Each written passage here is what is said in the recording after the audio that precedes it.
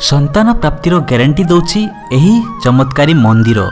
चमत्कारी फल द्वारा संतान को भी प्राप्त होउछि। तो चलतु जानिबा कौ से मंदिर। कुहा जाई थाए कि जो व्यक्ति संतान प्राप्ति होई न थाए से माने खूब दुर्भाग्यशाली होई थांती, किंतु किछि संतान निज पितामातांकर ही समस्यार कारण होई थांती। किछि लोक तो संतान पई अनेक भगवानक पाखरे मुंड मध्य टेकी थांती, प्रार्थना मध्य करि थांती।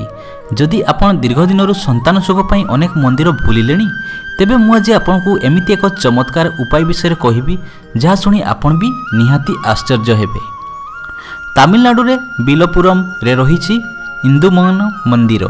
एठाकू अनेक अपत्रिक महिला आसी संतान लाभ करि जाइछंती। एठाकू आसी संतान प्राप्ति करिवार सौभाग्य प्राप्ति होई थाए।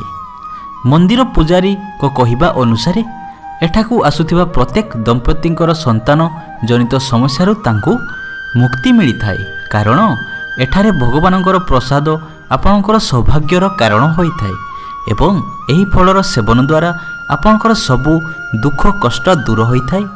अनेक समय रे तो 10 वर्ष तळु हजि जाइथिबा परिवार भी लोककु एठारे भगवानंक पूजा करी फेरी पाइछंती। एठारे लागि थाए लेंबुर प्रसाद। तेबे एही मंदिर जो कथा को नहीं अधिक लोकप्रियता ताहा हेला एठाकार लेंबू। एही मंदिर रे लेंबू भी नीलाम होई थाए। केबे तो एठारे लेंबू को भक्त माने 60,000 टंका देकी किनी थांती। एही लेंबू अनेक दिन पर्यंत सतेज रही थाए एवं सुखी न थाए।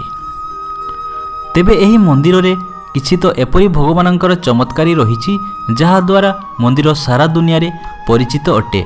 तो एई लेंबू प्रसाद रे जदि आपनकर संतान प्राप्ति हो नाही तो ग्यारंटी एई मंदिर को जाइकि आपण मुंड टेकंतु, आपनकर संतान निहाती प्राप्ति होबो।